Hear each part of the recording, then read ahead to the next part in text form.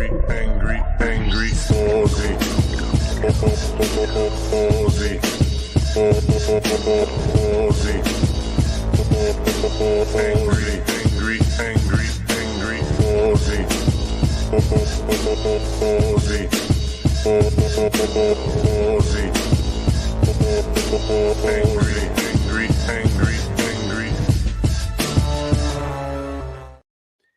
Hello on the live stream. I'm just doing some repetitive tapping while I wait for people to arrive.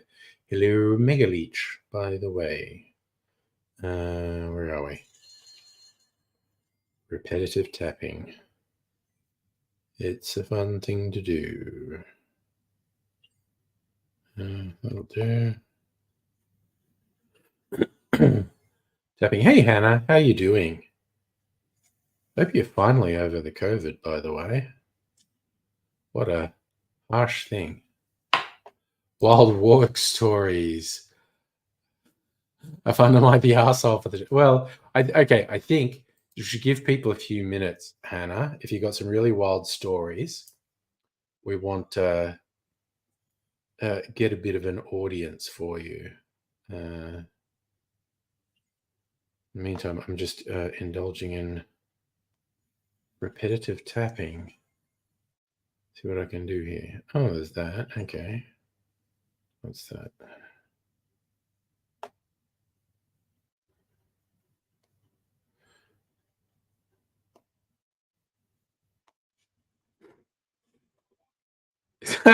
Hiya, honey. I'm glad you're getting there. Oh, nice. Lungs are doing proper lung things. Well, that is good. That is quite a relief to hear. Should turn that sound down.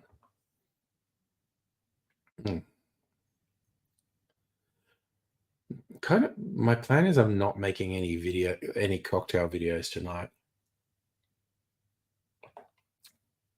No real reason. I'm just not in the mood. And so that's a liberty I think I should give myself. But hey, Megaleech, if I don't want to do it, I don't do it.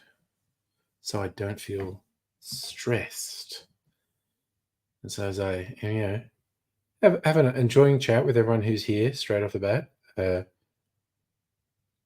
taking a little bit easy and doing some repetitive tapping while I wait.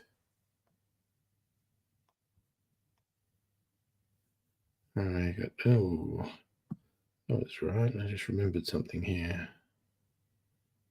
One of those, this is like, a descendant of Farmville, basically, where you tap things. Yes, that is a good adult thing. If there's a thing you don't want to do, don't do it. Which, within bounds, you can manage, I think, as an adult. There are complicated aspects of it, but this is a relatively simple one, no big drama.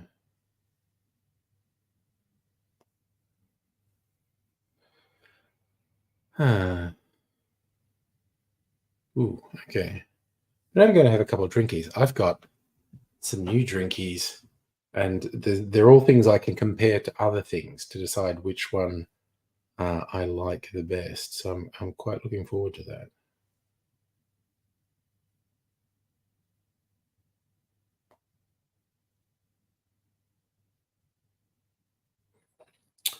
Okay, I think that's all the repetitive tapping we have time for in this game. Yes, it needs to build up some things, so I'll leave that there. So I do want to go. I'd missed. Oh, wow, I just bit my tongue for no apparent reason. Not hard, but enough to get my attention. If I wait 5 minutes, I can do my Simpsons thing. And I just kind of like if I just plays a whole bunch of Simpsons sound bites.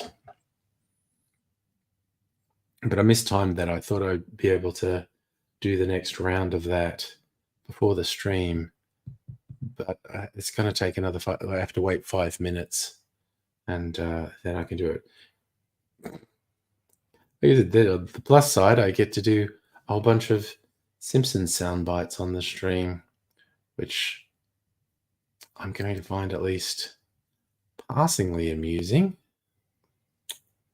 Nick the Wine Merchant, free Rydell whiskey tumbler.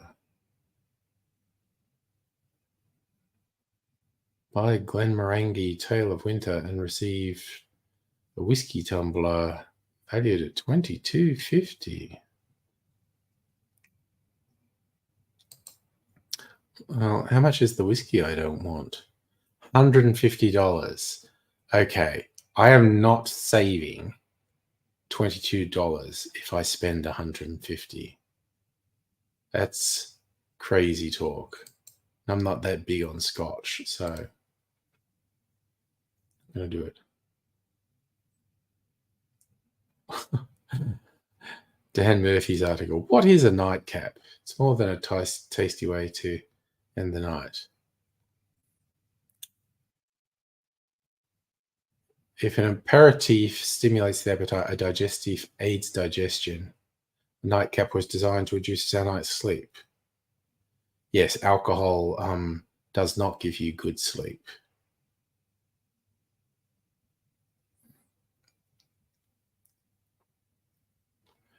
So like high proof alcohol, brown spirits, whiskey or brandy or rum.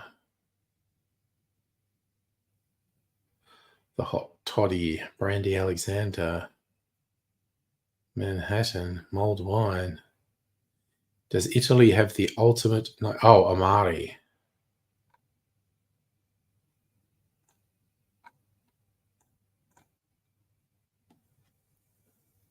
So to have Amaro as a nightcap. Honestly, that wasn't a terrible article. We're all friends here. Repetitive tap and chat. Yeah, I mean, I do like the Simpsons one is fun. I've been playing it for more than 10 years. How ridiculous is that?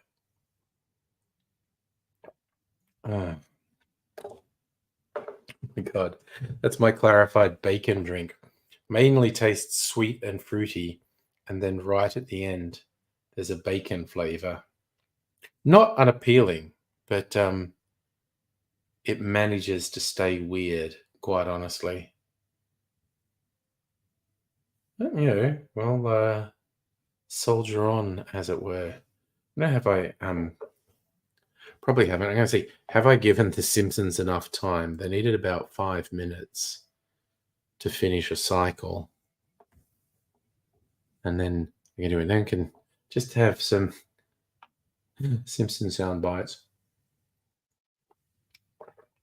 There's a clown-themed quest going on at the moment. Oh, yeah, I think I see the thing. Oh, I don't think that music's going to trigger anything. Actually, I wonder if it will. You know what? That music plays for a minute or two and then stops. So I'm going to leave it. I'm just being hyper cautious with regards to anything doing content matching. It's funny how often it pops up. Like I see it on Facebook memories from old streams, a Facebook note like, oh, this has been muted in certain countries we don't know. It's like, I don't care. No one's watching it back on Facebook. I don't think so. That doesn't bother me at all. I do get bothered when someone puts an incorrect content matching or copyright claim on YouTube, because that has an effect. And often it's stuff like sometimes I think it's the elevator music that's built into StreamYard that does it. But I've definitely had ones come up where someone goes, oh, we're in the rights. That's this. It's not. Sometimes it's like, well, you've used a generic loop. That's not my fucking fault. But sometimes the things they claim are only vaguely similar to what I use. And it's super fucking annoying because you have to go through this whole process and say, no, I didn't breach copyright. Yes, I really mean it. Yes, I know if I falsely claim I didn't breach copyright, I can get in trouble. Yes, I'm claiming anyway, because fuck these people.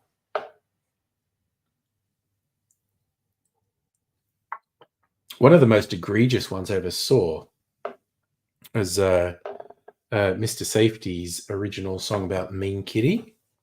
Way back, I don't know, was that 10 or 15 years ago?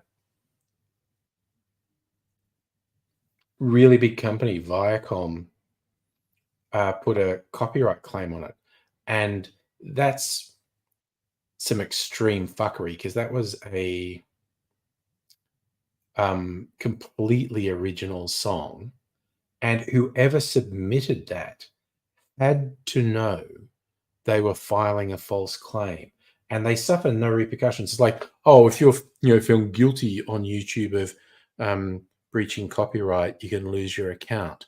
These fucking companies who file egregious false claims, they should face repercussions, like not be allowed to make any more fucking claims. And you got pinged for spamming on Facebook. Oh my God. Facebook gets super weird sometimes. Very bad content moderation. All right, I'm going to see if the Simpsons have stopped playing music. Yes, they have. It's just sound. So I just want to see what sound bites, if any, play. I think that was Skinner, but it wasn't very loud. It's a French person from a very early episode. It's Disco Stew.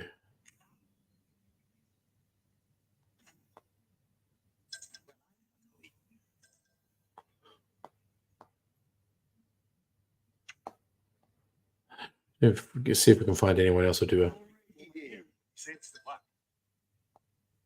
Oh, that was Matt Groening.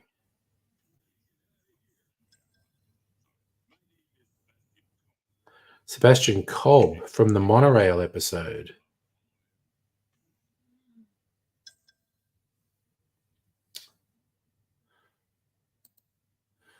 Hi, 2021 put an album of shots of Lenzo out to inform people about it, made it possible for people to download frames, judge how good they were. That's pretty much it. Imagery gallery. Once you sold now, so you don't know. Huh. Oh, yeah, I don't know how Facebook works. So, Hannah, there's a thing you uploaded a cover to SoundCloud. SoundCloud rejected the upload because they believed it was the original song. Huh. Imagine being such a good singer that SoundCloud thinks you're uploading the original. I guess. Take the compliment.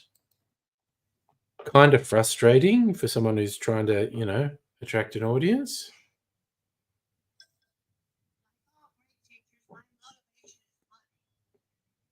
Krusty the Clown.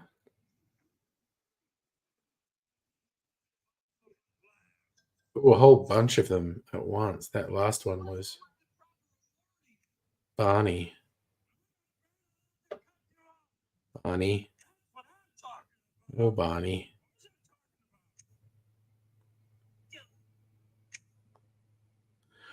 Ooh, Superintendent Chalmers.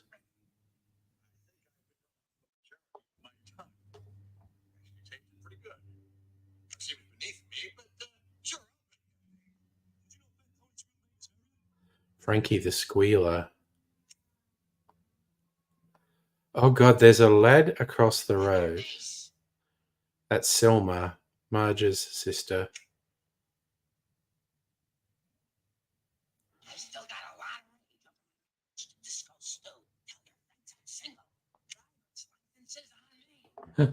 There's a Dr. Abigail can't make it to the stream tonight. Okay, that's fair. Anyway, I was going to say because I can hear him. There's a lad across the road has a developmental disability. He has a trampoline. Lad, he's either a late teenager or he's maybe even early 20s, being cared for by his parents. Loves his trampoline, which is great to see. But he tends to get very loud, shouting or saying things inarticulately. So I can semi-regularly hear him, even though he's across the road. He's loud, but more power to him. I'm really glad that he likes his trampoline that much.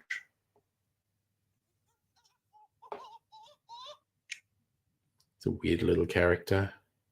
Let's see if there's any other weird ones that I can get to make a noise. The sea captain.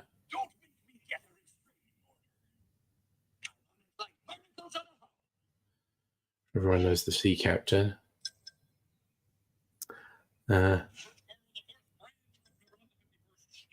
Birch Barlow.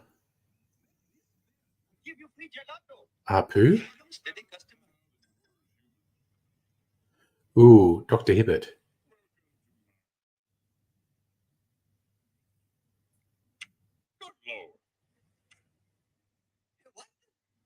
Sorry, Apu. Yeah, Hannah. I'd love to have that much joy in life. Yeah. No, I would be very upset at anyone who hassled him for being loud, because dude loves his trampoline and gets so much joy out. Just I didn't know if the microphone was picking it up, because usually if I can hear something, the microphone registers at all. But bro just loves his trampoline, and it's so nice to see.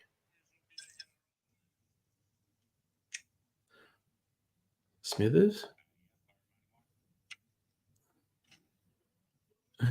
Is it Millhouse? Why didn't you say something, Millhouse? That's really weird. Why is he not saying anything? Cletus? I know his whole bunch are all doing the same thing. A whole bunch of noises are going to go off at once.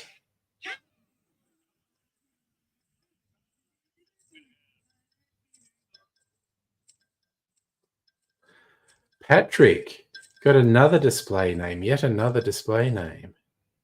How you going, mate?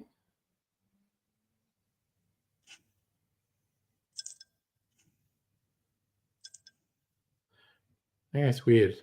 A bunch that usually make noises aren't making them. Smithers.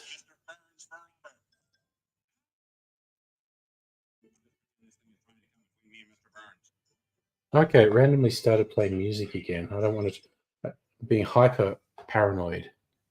Hello, Strictly Sega. How are you doing this fine evening? All right. Not making any cocktail videos. I've got all these clarified cocktails. I've actually got 3 different clarified cocktails here.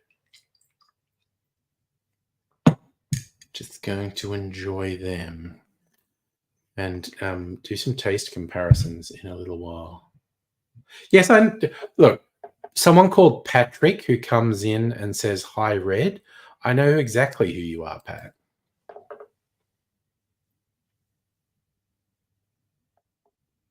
But thank you for clarifying anyway.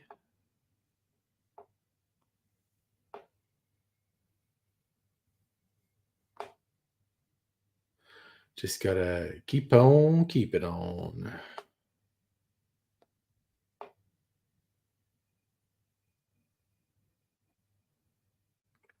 Normally, like, I'm really happy because, I work in the office Mondays, Tuesdays. So Tuesday afternoon, best time, the longest time until I go back into the office.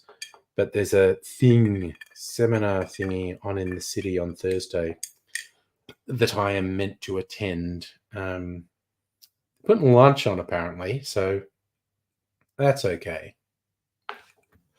I don't think I saw Evil Dead 2013, but I thought Evil Dead Rise was pretty good.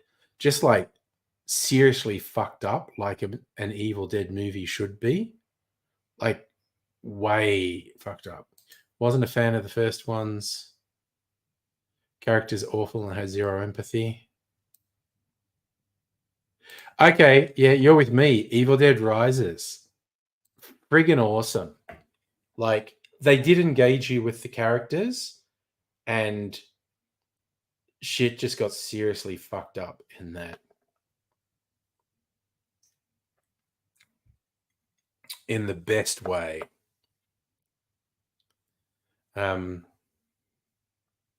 Yeah, when I saw the trailer for Evil Dead Rises, I thought, this is looking like it could be good.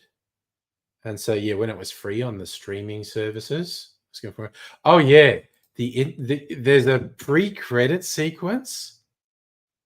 Holy shit! It's really full on. But yes, if you want old school fucked up horror, and it's like 80s direct to video fucked up horror, I think, like really capturing the spirit of the original Evil Dead, which is no mean feat. And hot damn, you've got to have a tolerance for gore. There is quite a bit of gore in it. And yes, just generally, if you're easily traumatized by fucked up things, don't watch it because it's fucked up. That's the I know I keep saying it, but it's just the best way to describe it. Wait, what am I? All right, I'm trying to work out what I'm doing with my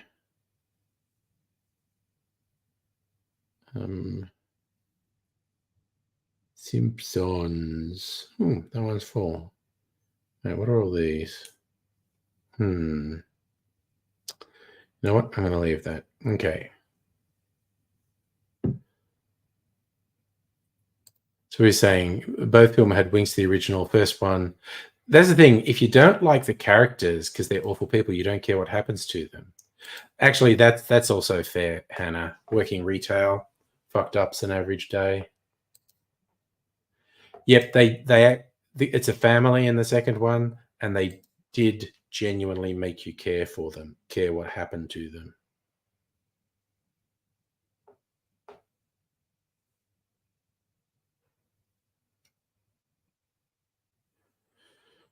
What are we doing with these special event things? Gotta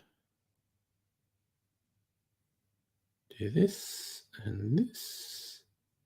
Ow! Ow. Why did I suddenly randomly get a stitch in my side? Oh, Pat, you changed to the Wrestling Days account.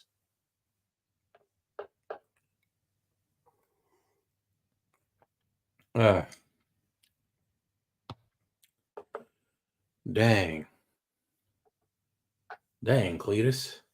Oh, yes. Once you've got a wood chipper, shit's gonna get real. So, Hannah, you're reading a book. Guy who has to erase an eye. Oh, yes, you were telling me about that one. Yes. Yes, and yes, I remember thinking that's a shit deal for one day to completely eliminate something, because it will always have unintended consequences, or maybe intended consequences. Did the 3 movies. Nice. Pat, I am fine. Hope you're fine too. Guy wakes up, his cat talking, Devil walks in and goes, I thought it'd be cool to make the cat talk. Yeah. Oh, wow. That's a real 2 shots and a chaser. Evil Dead Rises, and Breakdance 2, Electric Boogaloo. And a guy spends all day bonding with the cat, deeply meaningful way they do. I say, I know what we should erase tomorrow. Is it cats?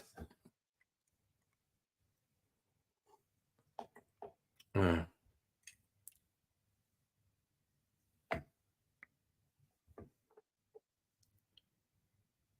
remember a really old and fun sort of devil story. Written by John Wyndham, most famous for Day of the Triffids. So he wouldn't erase cats and let himself die. Well, yeah, it's the thing. That's a terrible bargain. You'd have to be the worst, most narcissistic, short-sighted person to eradicate anything for one day of life. Turns out chocolate, phones, clocks were okay to erase, but you drew lines of cats and accepted death. Yeah.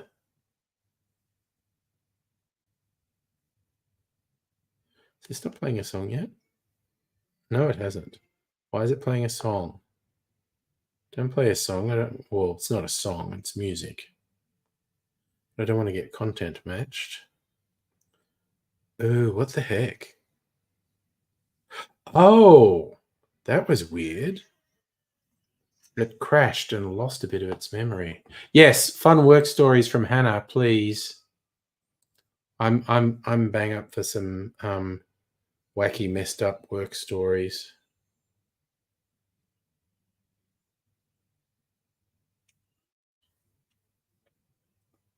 We lost quite a bit of the memory here. Just gonna do that.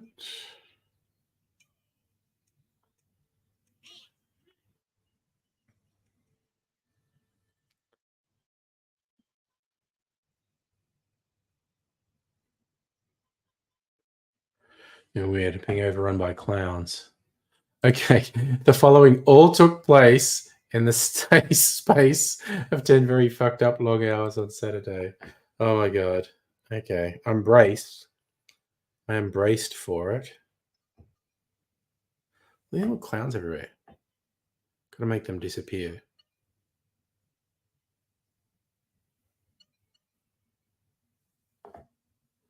Okay, morning was great. Morning was fine. Went to lunch, got caught in a police blockade. Holy shit, there was one of them in the city the other day. I think it's a federal police building. Something must have been happening. Not trying to steal your thunder, Hannah. Just so you returned to work. 3 shoplifters, 2 groups of kids needed to be removed. 2 by cops, and not the ones you suspect. Oh dear. Drama-rama.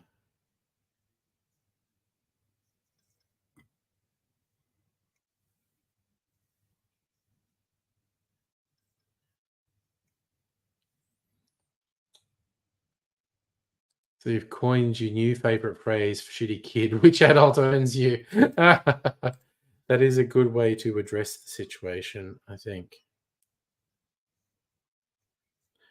Because it's like not your problem. Someone has to come and claim them.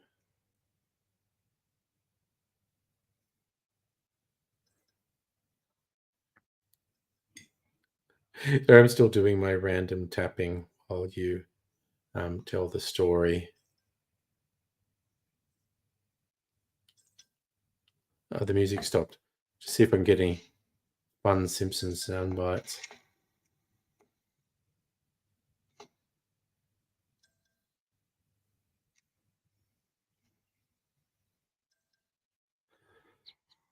Space alien. Not that interesting. This is Marge's mum.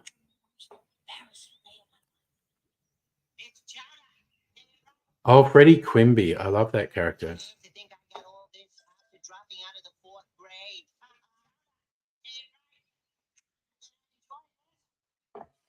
Freddie Quimby. Okay, so poured with rain, Stealing had a massive leak. Swarm staff moved an entire department of stock while customers were trying to shop from that department. They're not cooperating, are they? Radioactive Man.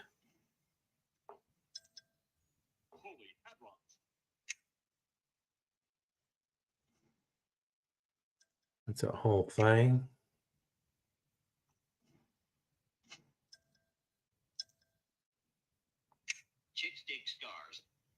Lance Murdoch, the stuntman.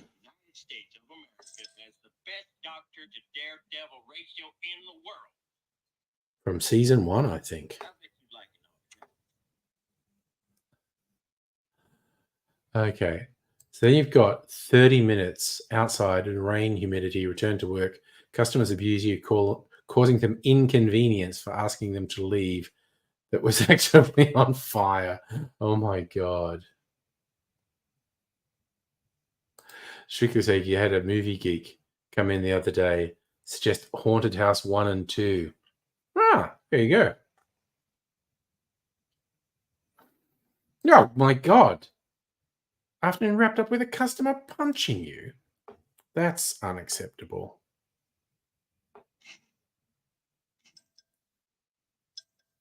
Duffman?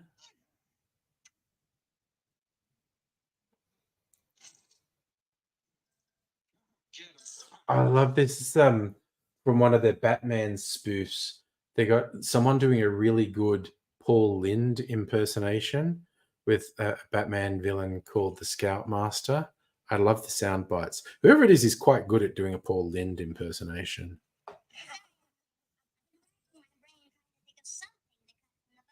That was President Lisa. Get 'em, Scouts.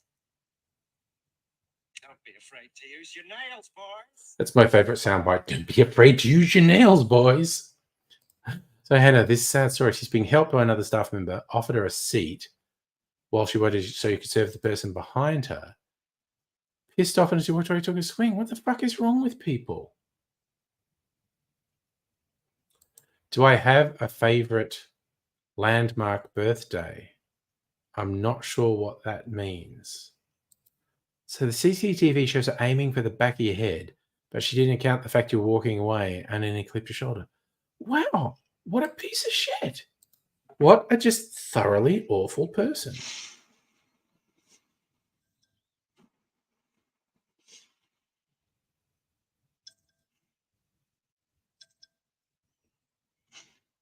Could have been president, but I'm too real. That's Mooch Bart. Plenty of money when my lawsuit pays off.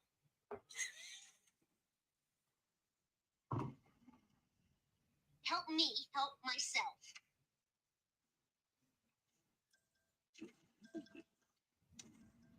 Some of them are just sound effects. These modern times, family is more important than ever. Keep up the good work. Mind if I pray through? Now, I am just a man like any other that has been chosen by God. Okay, milestone birthdays. I don't know. Decades are really noticeable after a while. Like, I didn't do anything much for like an 18th or a 21st, but decades are a big thing. Is that the answer, Hannah? You're gonna punch me? No underwear for you. The fucking cops. That's inexcusable. Especially, it's not like there's ever a good reason for it, but in this case, where there's no reason at all, they're just a piece of shit.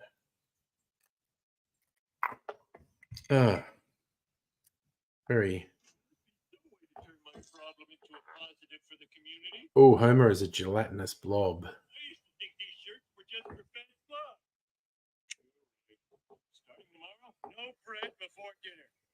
Mr. Sparkle?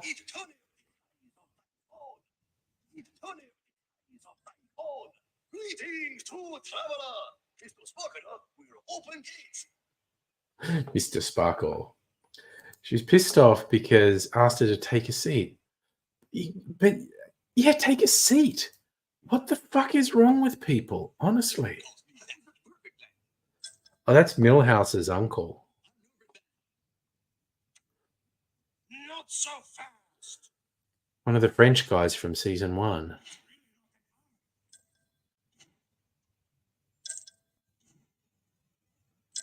A snake? That's harsh. And that's another story. It's a classic infallible reaction. Mo is a caveman. I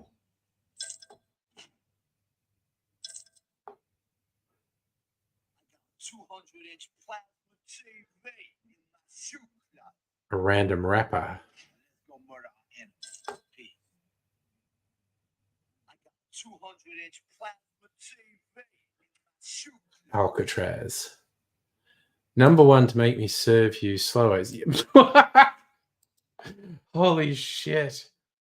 Just someone throwing a punch. What the fuck? Got home to find a washing machine was dead. Saturday was great. Oh, what a day.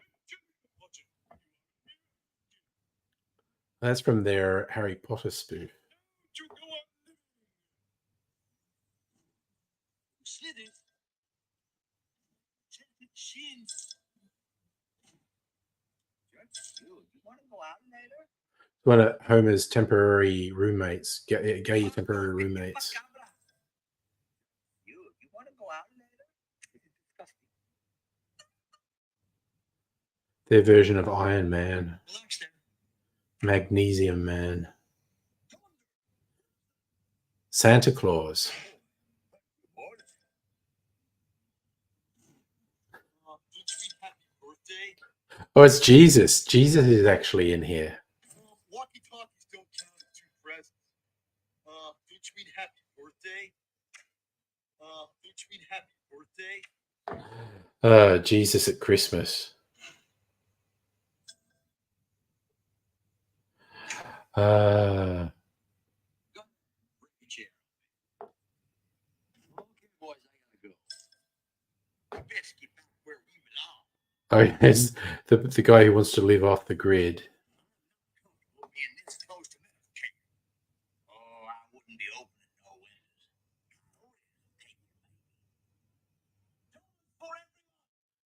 Arthur Fortune.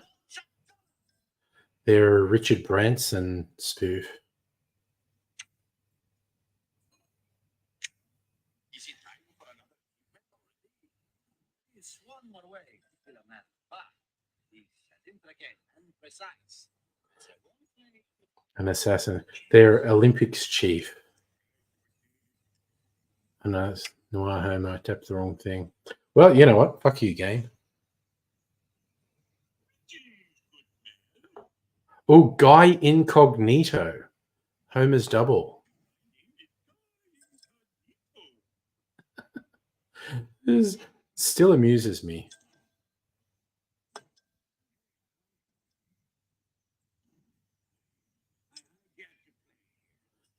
This one's Lenny.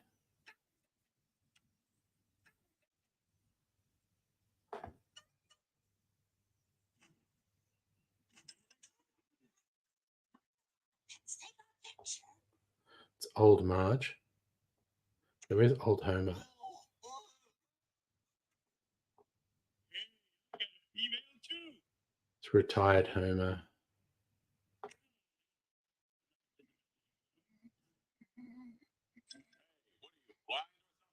Kang. I got Kang and Kodos in here. What are you, blind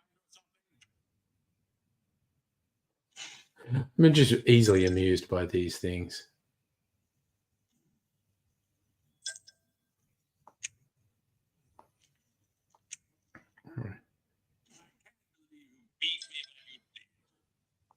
Another one from their Harry Potter spoof.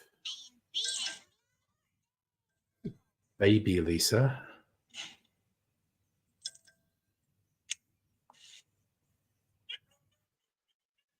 Oh, Homer is a battle bot.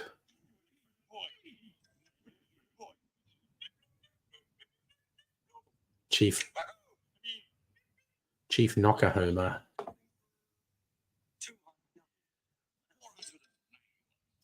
Car dealer who rips Homer off.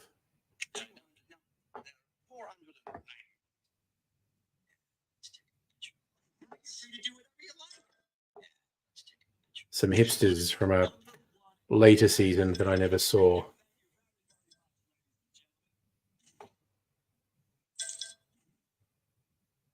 Don't know if there are any other good ones as I go through. What are we doing here?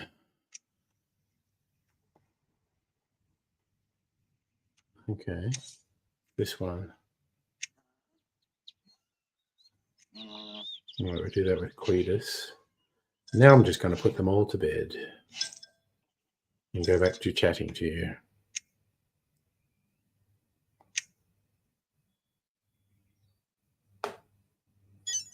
Yeah, I've had a bit of a seizure then. Okay, that's all right. All right, that's all done. All right, stop it. All the sounds turned out because I wanted to share the Simpsons sound bites because I'm so easily amused. Anyway, I got new booze and I got to compare it to my existing booze to see if I like the new one better than the old one. I've got white rum and I compare it to another white rum I have, and whichever one I like least, I kind of think they're probably both going to be good. whichever one I like least, I'm going to use to make a liqueur. Pineapple rum, because my old bottle of pineapple rum's almost gone, and I want to compare this one to it. And this arrived today. This was my mystery packet that I get every 3 months from White Possum. It's an ongoing birthday / Christmas present from Mrs. Angry. Been going for a while now. And today's arrived. It's an Australian agave spirit, aka tequila. They're not allowed to call it tequila because it's not in Mexico, but it's following the traditions. It says Blanco tequila, but we just call it Australian agave spirit. So I'm going to compare this to tequila. So, just have to decide on the order, really. But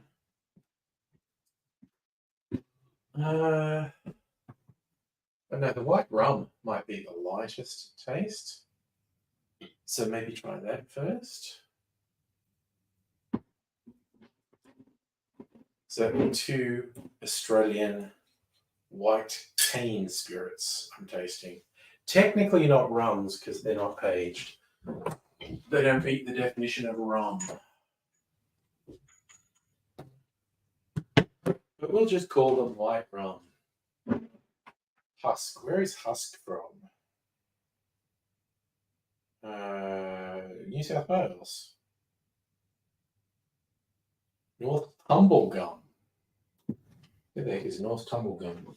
The other one I have is Jimmy Rum Silver. They're from out on the Mornington Peninsula. Actually visited the distillery to get this. A little bit of funk from Jimmy Rum. I should have been over there doing the ASMR glug glug glug. I'll do that for the other bottles. Okay. Do that. Blanco tequila. Don't forget which is which. Runs. Okay. Okay. Deeper and down. Ooh, that's typical agricole. Very grassy. Actually, and this one, my God, so different. Ooh, it's got that rich, funky garden mulch.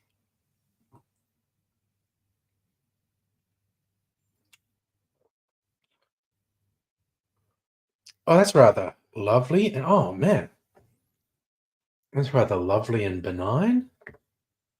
Husk agricole. Oh, wow.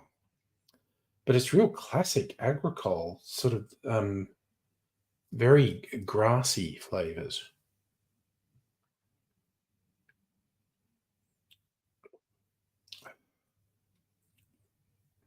I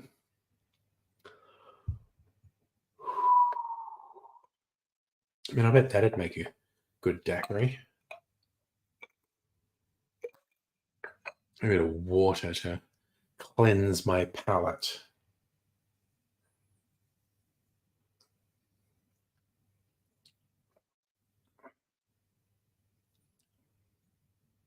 Okay, I definitely prefer the Jimmy Rum as a rum.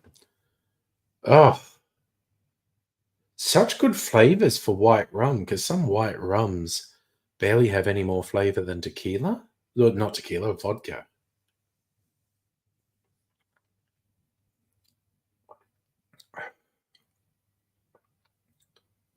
Oh, that has real character, though. Even slightly smoky. Oh, it's a little bit like... It's giving off like barbecued pineapple vibe. You put like sliced pineapple, like from a tin, on a barbecue. Slightly caramelized, even a little bit smoky pineapple flavors on that one.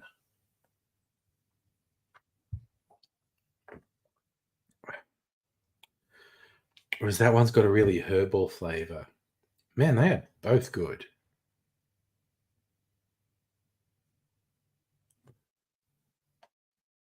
Yes, actually, excellent point, Hannah. Character good or character bad? Character good. This one, the Jimmy rum has a real vibe to it. It's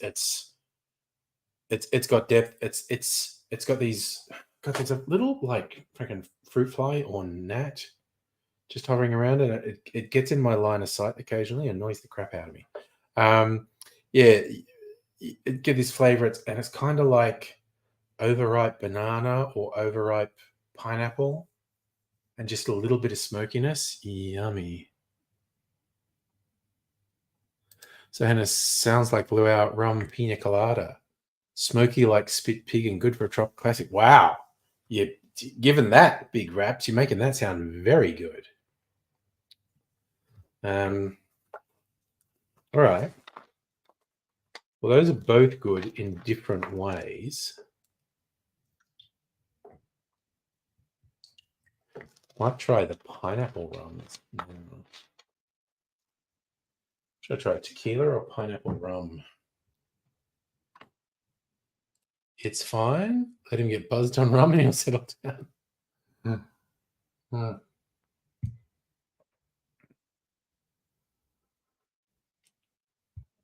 Okay. Which one's next? No, you know what? Okay, I'm going to do the pineapple rum taste test. There's only a little bit left in this bottle.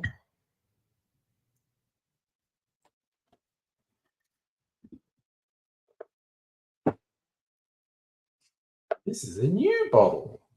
Tiki Lovers Pineapple. Finest Caribbean dark rum and natural pineapple. 45%.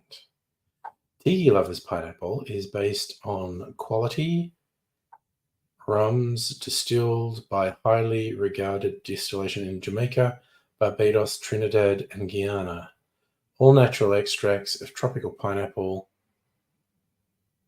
from South America. Bold and funky with fruity layers. Tiki Lovers Pineapple, maintaining full and complex aroma of the rum blend. Tiki Lovers Pineapple is not hiding its rum personality. Starts out where it should, but used in all tropical drinks with ginger beer, and your favorite cocktail. There you go.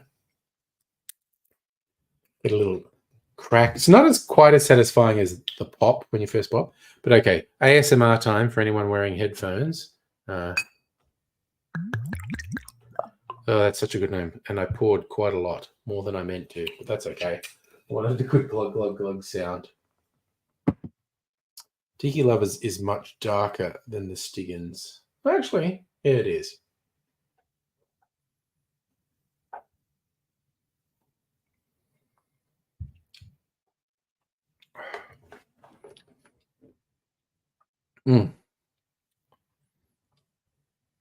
The Stiggins is light and pineapple-y.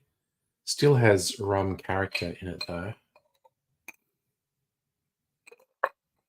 Bit of butter to cleanse my palate. And now the Tiki Lovers.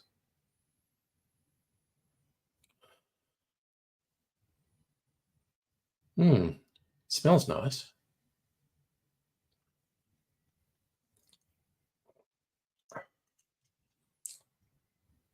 Ooh. Wow, that's got a real caramelly vibe. Tastes completely different to the Stiggins. Oh, and it's got a finish that stays with you. Very, very rummy finish.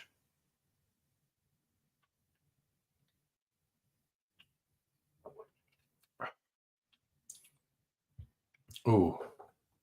Fucking gnat is still there. I haven't got it yet. Ooh. Ooh, that really... It's just a little bit higher alcohol content than the Stiggins. Ooh, but the taste is really sticking. Ooh, I am going to have to make some cocktails with that. Dang. Damn, Daniel. Back on. What was that stupid meme from a couple of years ago? Damn, Daniel. Now I want to look that up. It was something about shoes, wasn't it?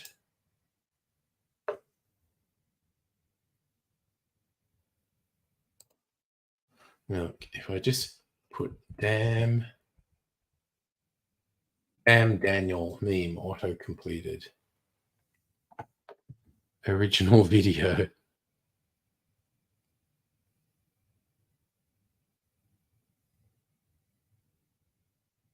It's got a Wikipedia entry. Know your meme says damn Daniel. Catchphrase stems from a Twitter video montage featuring voiceover of a teenager complimenting his friend Daniel on his fashionable attire on a number of different occasions. Due to the narrator's particular obsession with Daniel's sneaker shoes, videos drawn comparison to a 2015 viral video. What are those?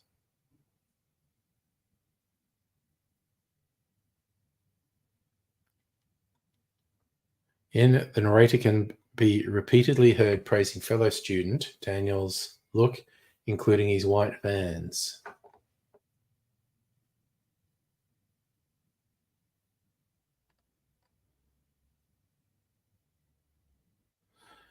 Damn, Daniel, back at it again with the white Vans.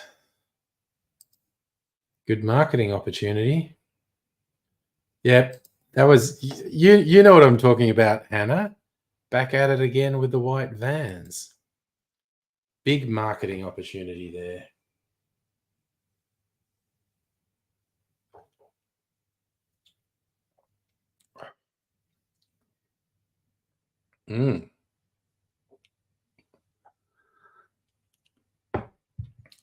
Oh, this is like, if the Stiggins pineapple is like a light sugar flavor, this is like dark brown sugar flavor.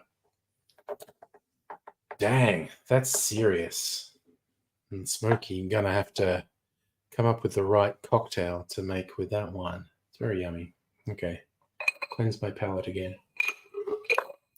And I'm going to try the tequilas. Hey, on Twitch. Mavicazine, you know, damn Daniel. I don't know why it just popped into my head. For no real reason, damn Daniel popped into my head. And I had to go and look it up again.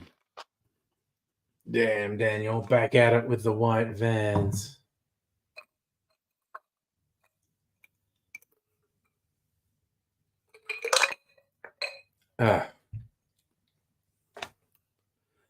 Okay. So like we just, you know, you gotta go with whatever you're vibing with. It was a good meme. Oh yes, okay. Hannah, you have an Am I the Asshole story. Mavicazine, if you've never been on here before, I just stress I use a service called StreamYard that restream to multiple platforms. Most people watch me on YouTube. Some people watch me on Twitch. Some people even occasionally watch on Facebook.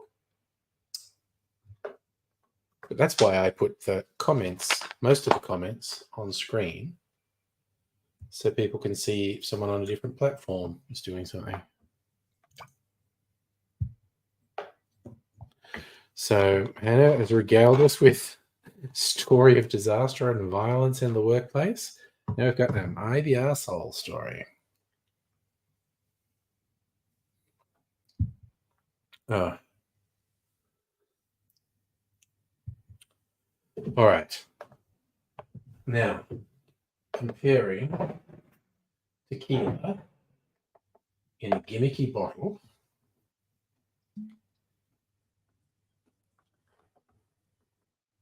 Mavicazine, you can either stay on Twitch or go on YouTube. It's a quiet night tonight, so you know, whatever floats your boat. Now this, okay, I'm going to put this up on the microphone for more ASMR. Glug, glug, glug, an Australian agave spirit. So you have 2 cars, personal and work. Only 1 garage space, so you park 1 car on the street. Okay.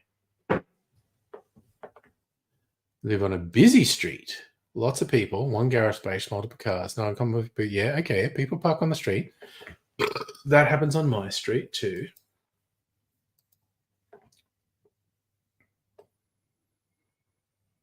That is a nice aroma. What's the Australian one smell like? Ooh, that is smokier. That is really smoky for a Blanco tequila. Okay, so yeah, not always room outside your house. So you park around the corner, nearest available legal space. I feel that there's often someone parked right in front of our place. So I feel that this is all sounding very, very familiar up to this point.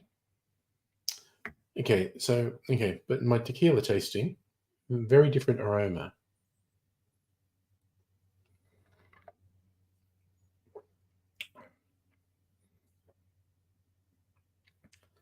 And that's I'm not a tequila aficionado. That's a fine tequila. It's got that earthy taste that you get from the agave. Yeah. Now, what's the Australian one taste like?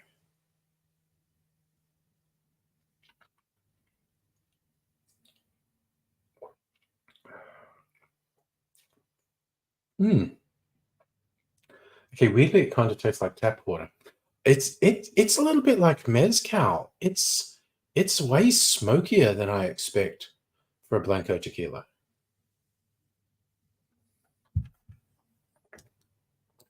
Okay. Getting car on the street, found a note on your car and every car on the street. Said, can't park outside the house. 3 or 4 kids are learner drives, don't like parking around the corner late at night. Okay. That person's overstepping the mark.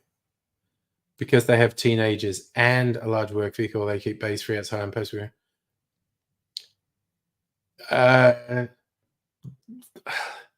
That's not how the world works. I'm just barely repressing the urge. Oh God, are you there outside for parking where everyone's like, no. I thought, did you go to the house and tell them to go fuck themselves? Because honestly, I'd be fighting that impulse myself. No, they need to accept that simply isn't how the world works.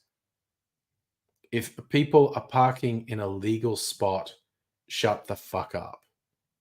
And like I said, we have that problem. There is regularly someone parked right outside our place. To be fair, sometimes bays outside your house, spot where 4 or 5 cars have been hit, so no one parks there. Dang. Hi, Justin, by the way, if I didn't say hi. Yeah, look, last time a car got totaled, it was yours a few weeks ago. Damn. But look, if you are parking in a legal space, you know, how sad if someone finds that inconvenient, but shut the fuck up. That's not the way the world works. Because that's like a cascading thing. Everyone has a reason for parking somewhere. And if someone says, I don't want you to park in that legal parking space, it just radiates out. It's just too difficult. Just park wherever you park. As I said, so long as you're parking legally and not obstructing, it's just like those people are asking for something they have no right to ask for. Why the fuck does it matter if learner drivers park around the corner? They have to be, and yes, they have to be with an adult anyway. Yeah. But no, also, they're too fucking privileged with all those fucking vehicles as well. Fuck. No. It's just, life doesn't work that way. I'm sorry. I don't even think those people are completely unreasonable making a request, but life just doesn't work that way. Not to mention, if you don't want them parking in the street, let them park in the garage and you park on the street as a parent. Yes. Justin, best friend's apartments on the rental. We learned you're paying rent for a 2-bedroom place in Melbourne and you get a 1-bedroom place in Canberra. So what I've heard is Canberra is very constrained in what's available, but it's all, the whole rental market's evil as fuck at the moment. So they have a corner house. So 2 street up. Yeah, no, fuck them. It's like, I understand why they want that. I understand why they think it's a reasonable request, but life simply doesn't work like that. So long as you're not being obstructive and you're parking legally, they don't have any grounds to say, oh, don't do that. Because, fuck, you know, sometimes you just got to park where you got to park. Oh, man, that fucking fruit fly thing. God damn it. Did I get it that time? I think I might have. No, I didn't. Fucking thing's got 9 lives. How's it keep doing that? Super annoyed right now. Hey, Mizm, how you doing? How's the world treating you? I feel like I need to just go out and get a little bottle of soda water. I've been tasting all my new boozes, and I'm quite happy with all the new boozes. But I want to drink something that's not booze. I should have brought in, but I'll go get it now. Just give it.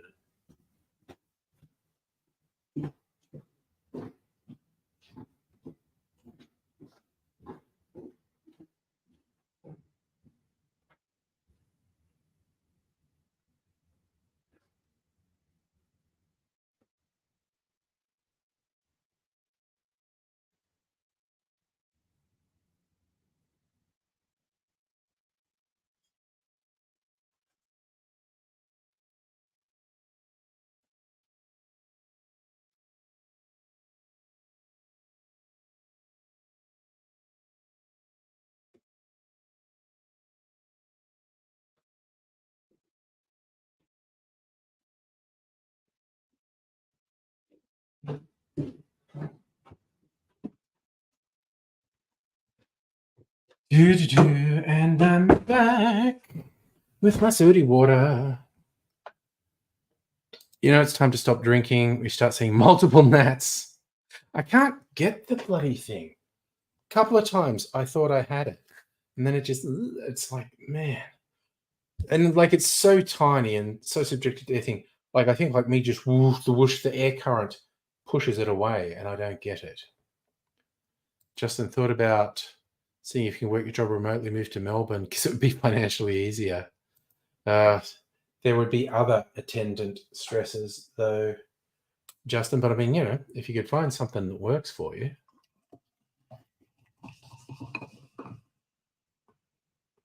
I'm feeling the little bits of booze I've drunk tonight. Not wanting to get too drunken on a Tuesday night. But, you know, just mellow. Oh, my young ones are going through their first lease renewal. They're coming up on the 1 year. They had a 1 year lease, and the real estate agents booked in an inspection. And the young one's angry, goes, what should I do? Because they want to stay there, but, you know, obviously they're worried about the real estate agent, the landlord, trying to hike up the rent an horrific amount. So, you know, well, you can only see what happens, basically. Saw a story on a Canadian student flies across the country twice a week to attend college because the flights are cheaper than the rent. Oh my God. What a nightmarish story. My God. Hey, Asafa, how you doing? I had a pizza. I made a pizza. Well, yeah, a pizza base from the supermarket, and ends up with lots of different cheeses and bacon and smoked paprika on the top because I just like smoked paprika. So that was a last second impulse for dinner. I had a frozen pizza in the freezer, and so added some toppings to it and had that. We got leftovers. You decide: do I want pizza for breakfast, or do I want pizza for lunch tomorrow? Oh, nice! We're almost dinner buddies. Pineapple pizza, chicken nuggets. That's a fun side to have with pizza. Canada, everywhere's got terrible housing problems. Eat the rich is the answer. Is there a tweet the other day? Someone's like, and it says, just one. I'm telling you, We eat just one billionaire and the rest will fall into line. Just like, I mean, honestly, it's worth trying. They're a problem. Oh yeah, so for how busy was the city? Yeah, about average. Maybe getting to be a few more people on a Monday and Tuesday. I think the busy days, people going into the office, are Wednesday and Thursday. The quietest days are Monday and Friday. I heard Friday was the quietest, which surprises me because if I was going out type, I'd go into the office on Friday so I could go out on Friday night. I would have thought Monday would be quieter, but Monday and Friday are the quietest days. And I think Wednesday and Thursday are the busiest. Saying Canada's particularly bad, I mean, I'll take your word for it. I have not looked into it. It's a global fucking problem, though. Just capitalists fucking the housing market. Just ridiculous government policies that make the housing crisis worse. It's fucking travesty. Get me up on my high horse. Complaining about the people getting screwed over by the man. And how capitalism is, as practiced, late stage capitalism is absolutely fucked and supremely self-destructive. It's just unsustainable bullshit, basically.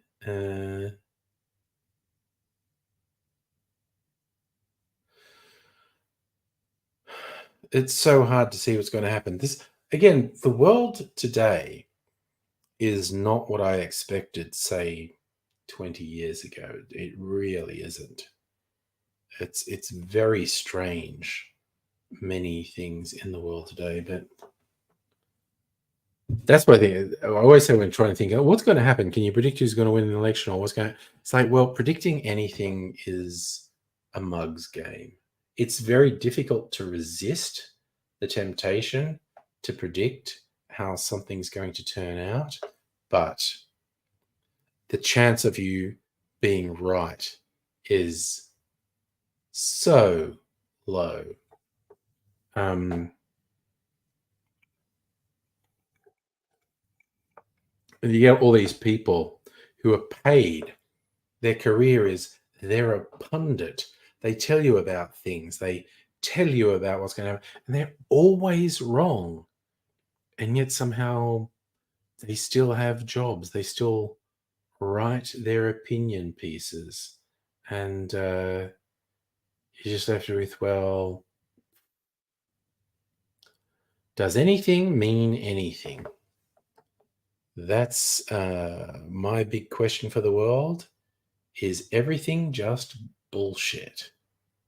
Because that's what I'm leaning to, honestly. Everything's just bullshit.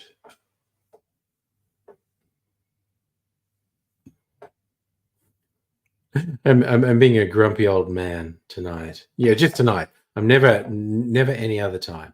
There are no other times where I'm a grumpy old man. It's just tonight. It's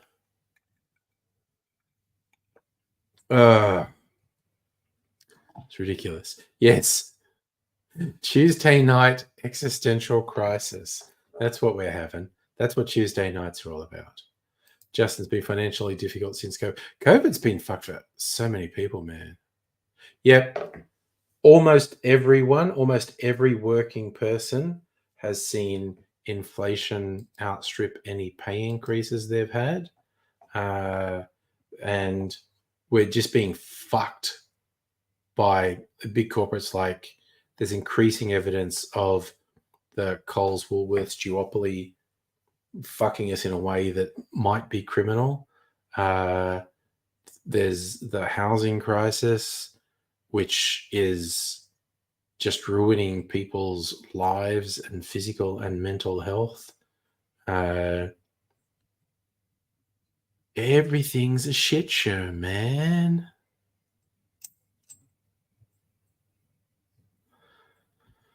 It's yeah, and we just went through one of the more challenging events of the previous century. Not as bad as a war, but outside of war, it was one of the more challenging events of the last century. For fuck's sake! Oh, nice. Well, that's something to look forward to. And yeah, who knows what the union's going to get as they negotiate the award this year, but also just the annual thing of I'm meeting all my goals and my bosses like me. To be fair, they should fucking like me because, I do good work and they know if they give me something, it gets done. If one grocery store didn't bump up the prices, they'd probably guarantee, yes, if they stopped with the gouging, everyone would go to them. But there is increasing evidence that Coles and Woolworths have just exploited their duopoly to the point there maybe needs to be government intervention because they're fucking scamming us. And it's not as bad in Australia as some other countries. There are some absolutely horrific stories from various parts of the world of the capitalists fucking people over with basic things. A writer I quite like, Cory Doctorow, is talking about the need for regulations to be enforced because it's like anti-competitive regulations exist, like stopping rich people just buying everything so there's no competition. Some dude in Canada tried to control the entire bread market so he could just charge exorbitant prices for bread, just like Ultimate Evil billionaire. And Cory Doctorow described it as the most Les Mis ass conspiracy ever. It's just like the guy was literally trying to make bread unaffordable. I did see the Woolworth CEO walked out. I think it was Four Corners, put him too much on the spot, and he got a bit freaked out and walked out like he wanted. He said, "Oh, I shouldn't have said that. Can we cut that from the interview?" And he goes, "Look, you're on the record. Just move on." And then the guy walks away.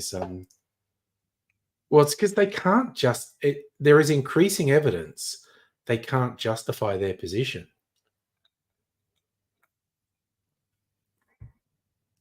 Hannah, like during COVID, stepped in and wouldn't let people resell essential items. Ah, yes. And actually, that was good when a-holes tried to corner the market on essential items and sell them at markups, and that was declared illegal. And so they couldn't sell them at all.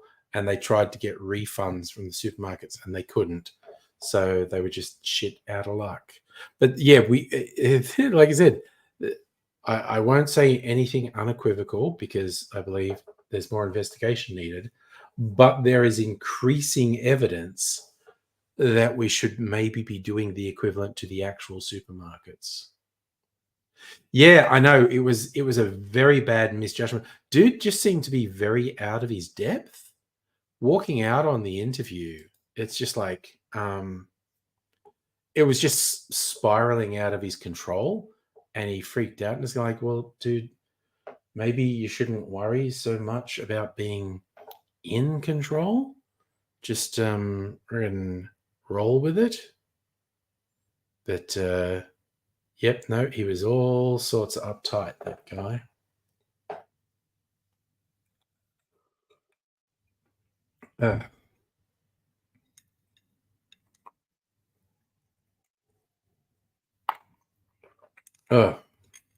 You're making a drink, maybe an old-fashioned with my new pineapple rum.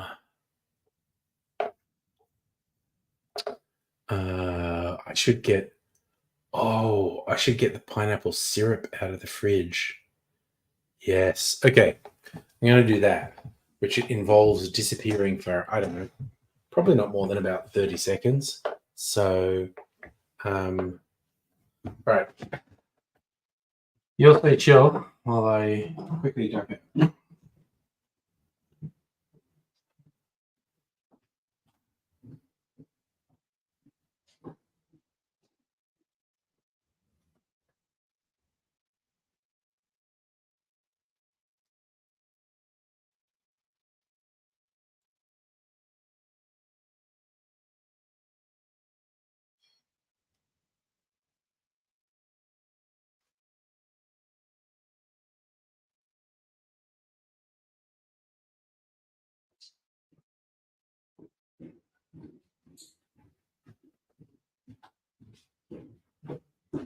Okay. Got my pineapple here. There's only a little bit of it left. No, I'm gonna make improve one. Okay, so fuck, idiot. None of my jiggers are here. I put them in the fucking dishwasher. God damn it! I'm just doing everything wrong. Hang on.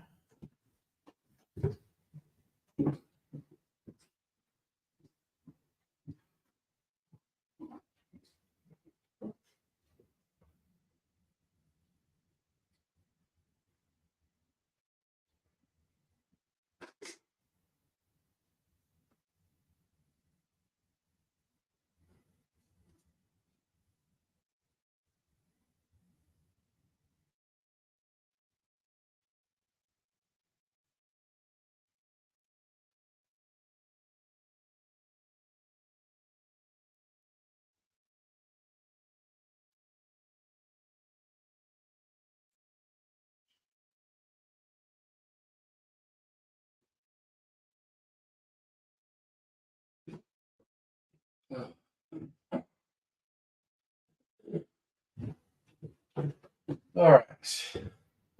Got my jigger. Oh, maybe I could have used that rum cure actually. All right.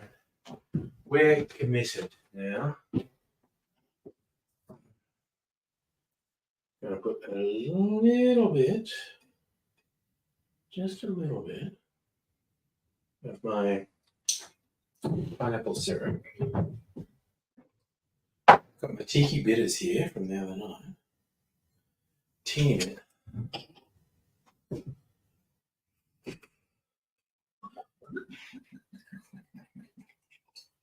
Pineapple rum. Spilling some on the bar. And tiki bitters. Okay. Little tiki lovers old fashioned. Everything I say is bullshit. Yes, that guy needs more interview skills, definitely, Justin. We need the Reddit bandits that get calls and movies like they did with GameStop. That was a whole thing. There's a movie about that out now, I think. Dumb Money or something. Community page drama. Someone's bitching Coles free fruit for kids had carrots. Oh, Jesus. People. People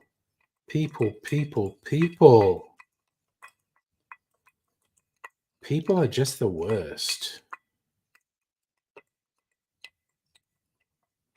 All right.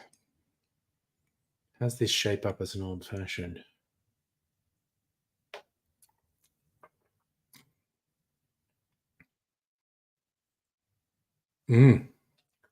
That's pretty good. Saying carrots are a choking hazard for under 3, but no more than fruit. Fruit's a choking hazard for under 3s. Yeah, everything solid's a choking hazard. People are fucking idiots, honestly. What?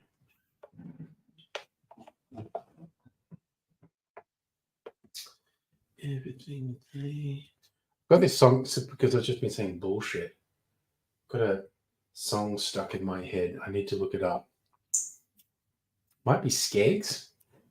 Some Australian indie actor song. Everything is bullshit. They didn't like your reply. Choking 3-year-olds is enticing to other shoppers. Won't. Right, I'm just going to go to my music thing. YouTube music. If I type bullshit, what comes up? Dune Rats. It's the Dune Rats. Okay. I was close. I guessed Skeggs. It's the Dune Rats. It's an Australian indie act with a kind of surfer vibe. So their main gripe was they were unpeeled carrots. Seem not to have an issue with it unpeeled up. Yeah, it's just people being assholes.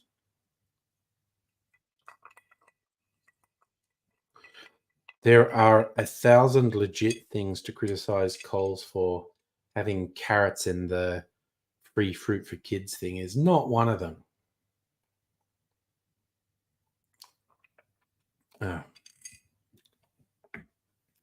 I tend to have very little patience for people who complain about things on like Facebook community pages. It's just like, yeah, okay, thanks for that.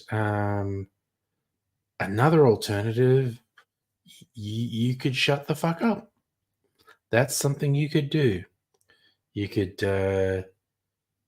just shut the fuck up and, assess all the fucking failures in your life. Hannah, you pointed out they're both free and optional. Don't have to shove it. Yes, you are not compelled to give it to the kid. And it's just like, and I kind of feel like some of the people in their head, they're starting from a not asshole position, but they're just so self-centered. They don't actually get it when they tip over into being an asshole. It's ridiculous. Used to work at Doctors' Nurses Lounge or hospital. Nurses always bitched about sandwich selection for the free sandwiches. You're like, don't fucking eat it if you don't want it. Yeah. But again, people do that. I'm not saying I wouldn't do it. If work said, oh, here's the perk, we're doing like free sandwiches. And then I went in there and didn't like the sandwiches, I might have my head far enough off my own ass to complain about the free sandwiches. Because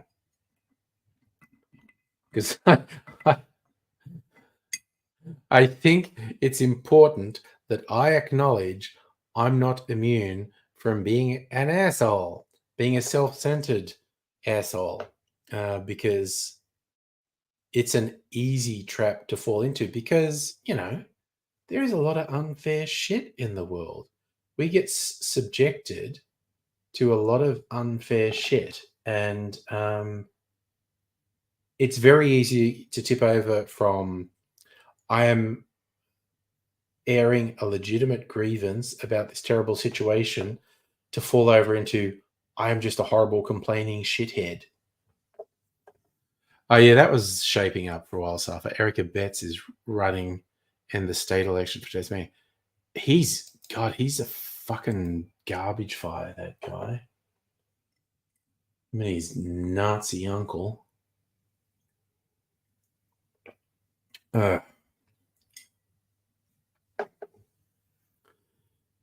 He's just terrible. He's awful. Totally fine to say you don't like the free things, but to say free things should be your preference. Well, yeah, I just think it's really easy to slip. Like I say, it's perfectly okay. And I've done it. You probably find out social media posts when work was having a drinks night. They go, hey, we're putting on a drinks night, free drinks. And all they have is beer and wine. And I'm like, fuck it. If you're going to, why do you not have other options? Why is there not cider or, premix Alco Pops? I want to get white girl wasted. I don't like beer and I don't like wine. If you're going to the trouble of doing that and telling us this is a good thing you're doing it for, the fuck do you not have something as simple as cider? And I have complained loudly about things like that.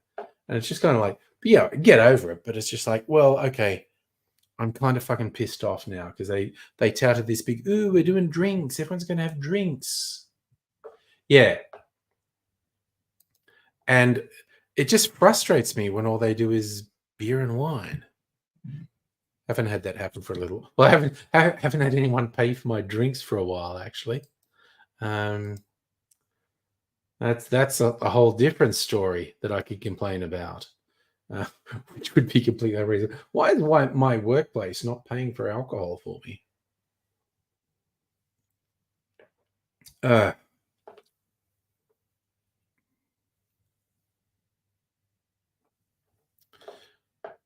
Free sandwiches are open-ended. They said free gourmet sandwiches gave him. Oh my god! You know what you're making me think of there, Hannah? Do you remember that thing, the Fire Fest, which I think happened during? It was either just before COVID or even during COVID. It was meant to be a luxury island music festival, and it was really expensive. And all these spoiled rich fucks went there. And the whole thing was like a scam and a ripoff. And they were in these tents in a swamp, and the gourmet food they were given was like white bread and processed cheese slices. Fucking hilarious. And they paid so much money for it. Yes. I have to watch because I think there's like 2 docos on Netflix and something else about the Fire Fest. But my favorite was some dude, and he was just an ordinary dude who won tickets in a competition. So he's not a rich guy. And so he gets there, and when they're interviewing people and everyone's complaining and it's shit, and he's just going like, from my perspective, this is cool. There's acts, they're delivering on the music. You know, I'm in a tent and I've got a cheese sandwich. Fine. These rich fucks just expected to be pandered to when they're not getting it. To be fair, it was false advertising because it was advertised they would be pandered to. But it was so funny seeing this guy who just won a ticket going, and the guy's just going, this is fine. This is a music festival. I'm having a good time. These people all suck.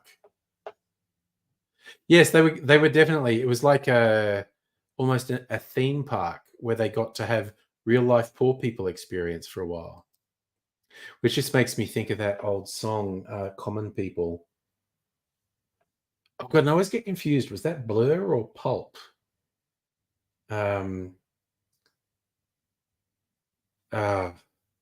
Yes, the rich people wanting to live like the common people because their lives seem so much more exciting. Yeah, see, Justin, I don't think you have to go back to 1930s Germany for Eric Abetz. Quite honestly, he's fucking filth.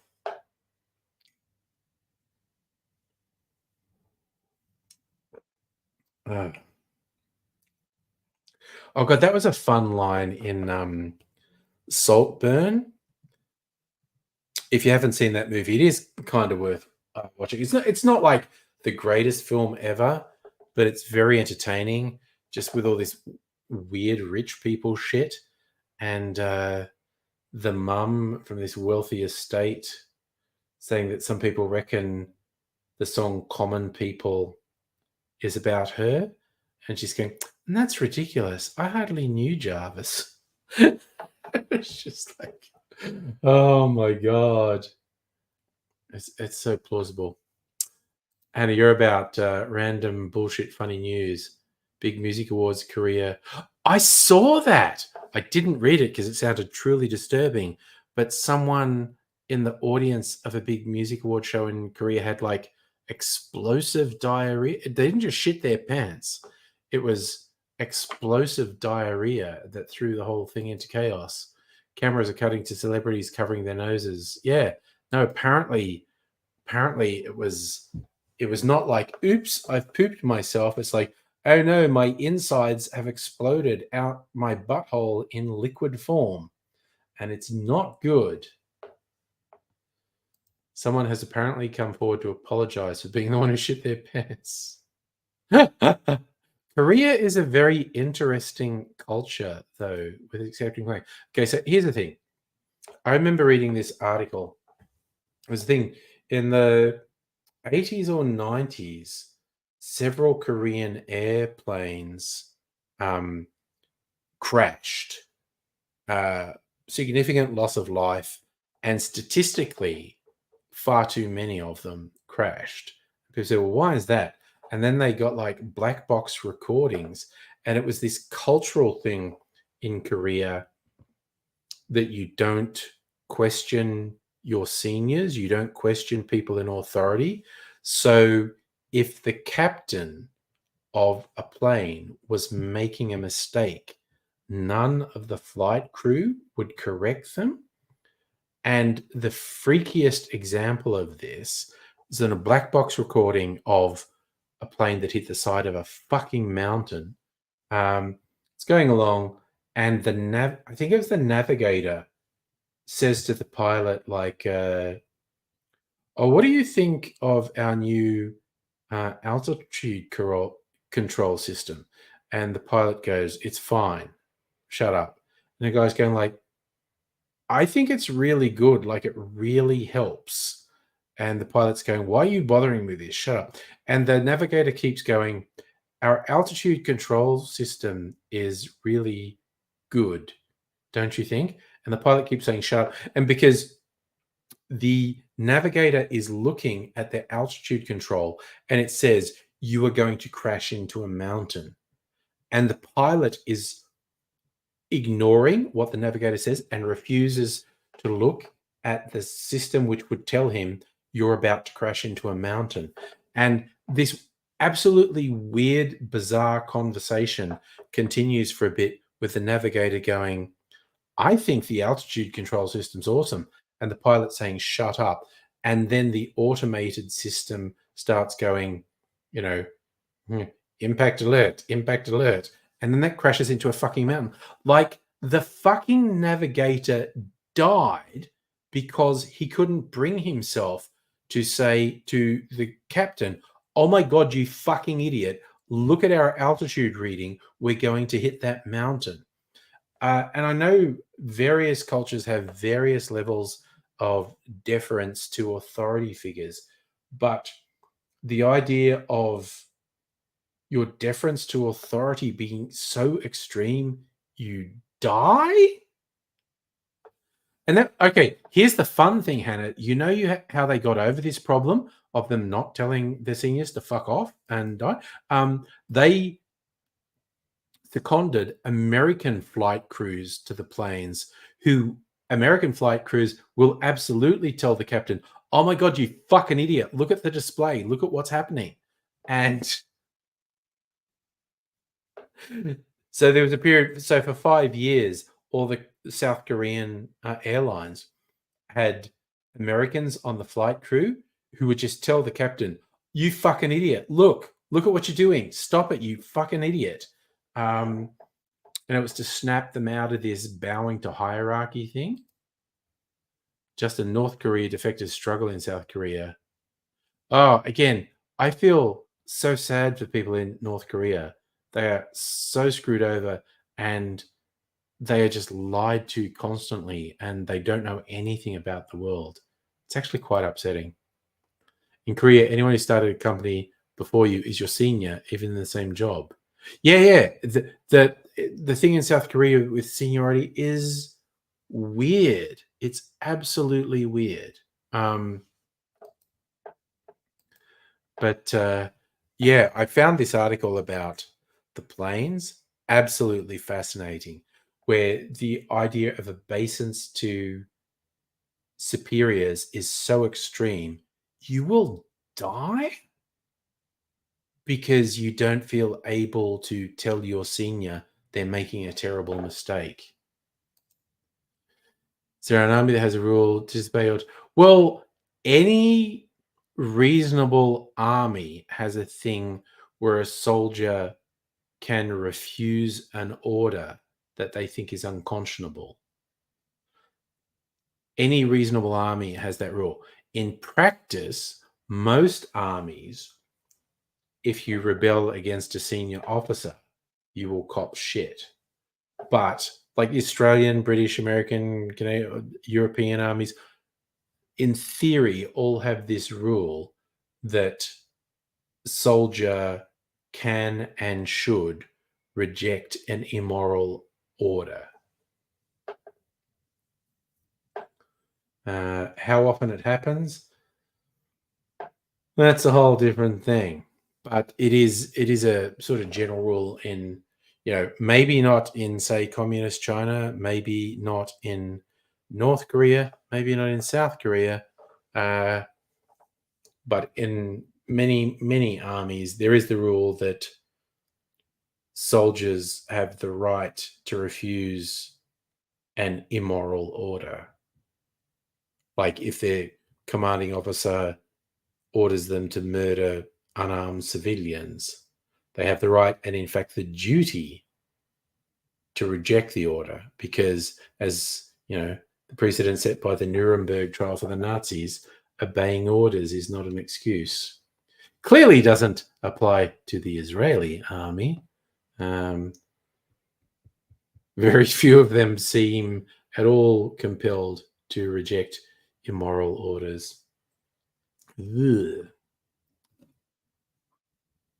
Well, and that's not a bad point, Hannah, is that maybe a get out of free for the authorities. So the powers that be can say, well, if you thought it was an immoral order, you should have refused to follow it. Justin being the oldest sibling counts for a lot in Korea. Yes. To the point, Kim Jong-un's older brother is a state secret. Okay, that's not something I'd ever heard.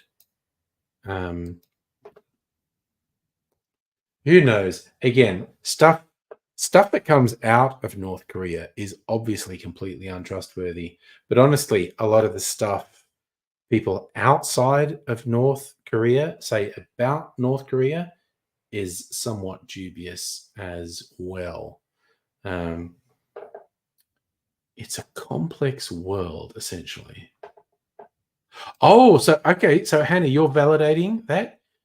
Oh God, what? Sorry, my thing's doing a thing. So you've read the same book, Hannah. There's a book that says Kim Jong-un has an older brother. And it's like a secret because in the Korean standards, the older brother should be a... Okay, see, that's not something I've heard. There you go. Had his brother assassinated. Womp womp. Kids are a state secret. They're educated in Switzerland for their anonymity. Okay. Ugh. Sorry, we've just wandered into an area that truly depresses me. The treatment of the people of North Korea is so depressing.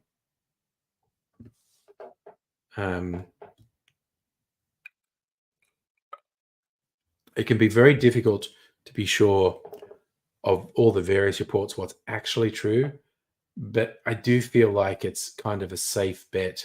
The overwhelming majority of the people in North Korea live truly shit lives, and they actually have no understanding at all of the outside world. Saying North Korea is not based on eldest, based on who they believe is best to carry the bloodline. The fact that Kim Jong-un has shown his daughter in public means she's likely to be next in line. There you go. So now I'm just having flashbacks. So someone had a blog that I think it was just called Kim Jong-un pointing at things. And prior to that, when his dad was still alive, it was Kim Jong-il pointing at things. And it was because they would just do these photo ops about, glorious communist 5-year plan. They'd be in a factory somewhere. And there would always be these poses where they were pointing at things. Very weird.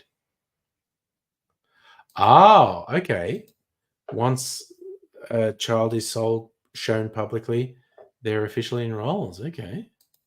Kim Jong-un has multiple siblings. Yes, father had multiple lives. That makes sense. Female dictator. That's an interesting question, Justin. There've certainly been awful female leaders, like dictatorial right-wing female leaders around the world.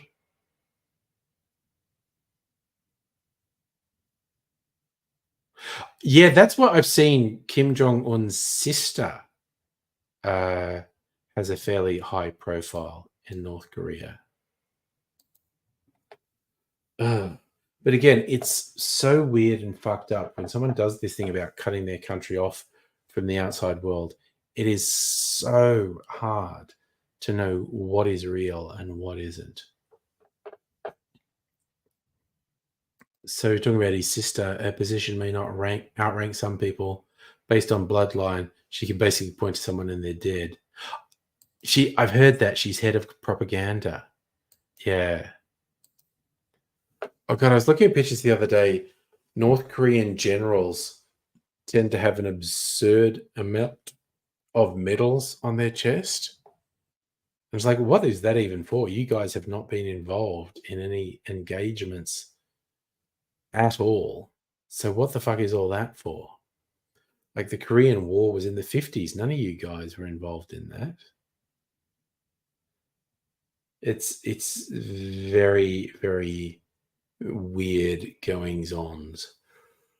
Oh, sorry. Yeah, you are. Yeah, funny. I can probably survive. I can probably survive till 10 o'clock. I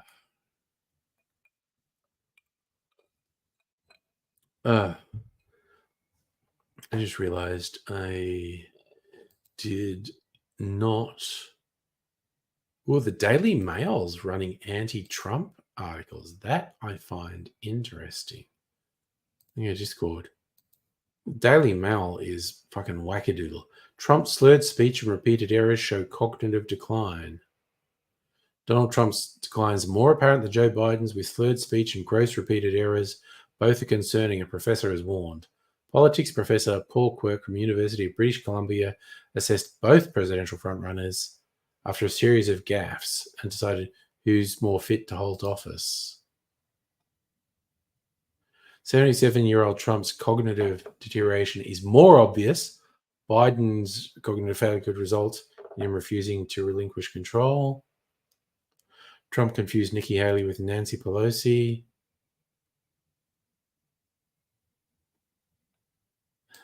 They're both pretty fucked up, honestly. Okay, fuck off, HelloFresh. What the fuck are you doing to me? Honestly, they are both beyond the thing.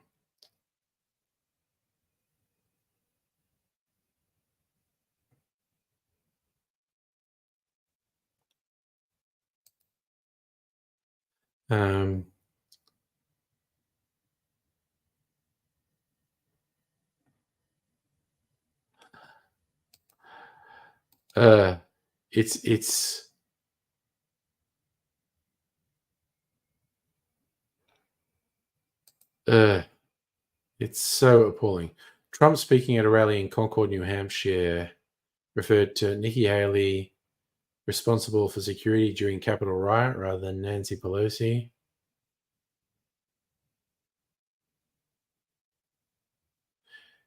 He seems to mix up Biden and Obama, suggesting Barack Obama is still in office. He's fucked up.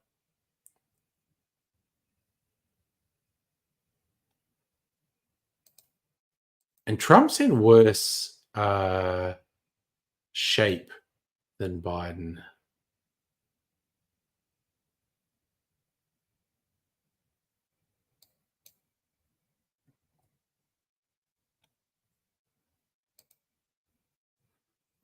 I'm kind of fascinated the Daily Mail is running that, because they're just such an extremely conservative rag.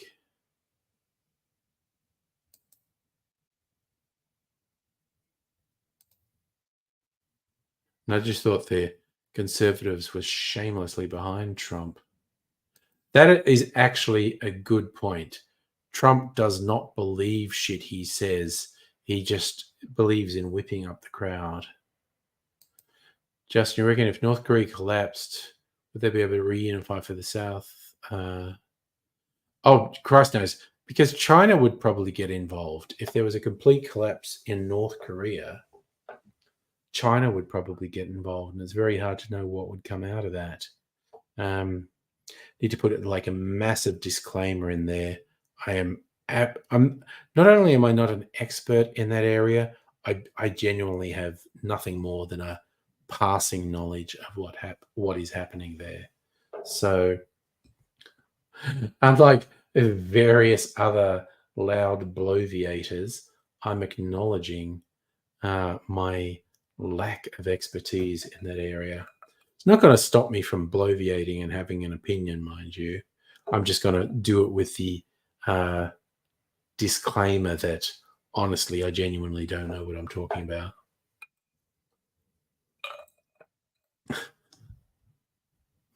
And what would be funny about that? I'm being somewhat lighthearted when I say that, but you get these fucking right-wing ideologues who hear me say, you know, I'm not an expert. I don't know what I'm talking about. And they'd latch on it and saying, see, he's saying he doesn't know what he's talking about. Don't listen to him, listen to me. And they absolutely don't know what they're talking about and are saying incredibly extreme things.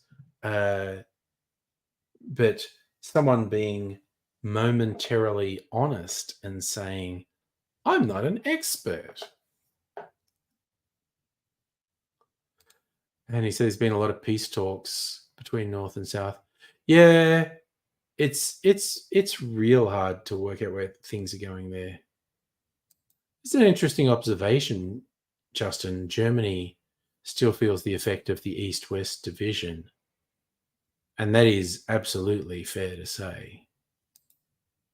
And you reckon the way the peace talks are worded makes North Korea think it's in their favor. Oh, but that's like business. God, I remember seeing this agreement between a large corporate in Australia. I won't even say names, even though it was 25 years ago. It was a Y2K agreement. And the thing was wrangled over between a large corporate and some lawyers for another company that was doing the work. And it was so densely worded, it was very hard to sort of work your way through and work out what was happening. When you really read it, you realize there are certain points where one side's lawyers kind of fell asleep, and there would be a whole chunk of stuff that was very heavily biased towards one side. But then a little bit further on, there would be another bit that was heavily biased towards the other side. It's like at various different points, the lawyers from one side or the other lost concentration and stuff got past them. It was very weird.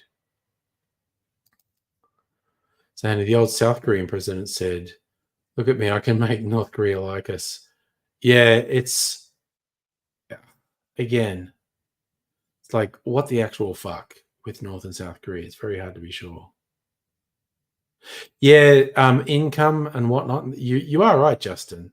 The former East Germany is quite severely economically disadvantaged compared to former West Germany. That's a real thing.